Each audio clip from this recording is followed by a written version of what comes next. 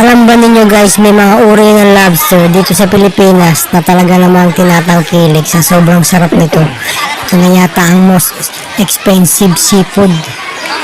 At mapapawaw ka sa sobrang mahal ng presyo nito.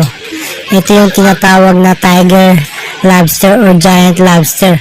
Tumitimbang ito hanggang 5 hanggang 6 na kilo at lumalaki ito na 15 to 25 inches. Alam niyo guys, ang per kilo nito ay umaabot ng 2.5 to 2.7. So, ang normal size nito na sineserve ay umaabot ng 4 na kilo. So, magta-times 4 siya. So, ang times 4 ng 2.5 to 2.7, almost 11,000 plus. So, ganun siya kamahal. Ang mga lobster ay may kakayanang muling buwi ng kanilang parte ng kanyang katawan. Halimbawa, mga claws, walking leg, at antena. Ang katotohanan ng mga lobster ay may kakayanang mawala ang mga paa at muling mabuo ito sa pagpapakita lamang na meron silang primitive na sistema ng nervous system activities kumpara mo sa ibang species. Kaya maraming breeder na naghuhumaling na mag-alaga nito.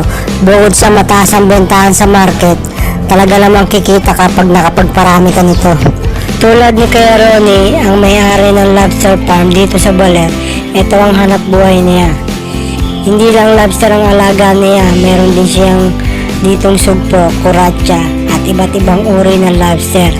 So guys, ano pang hinihintay natin? Mukbang fight na tayo.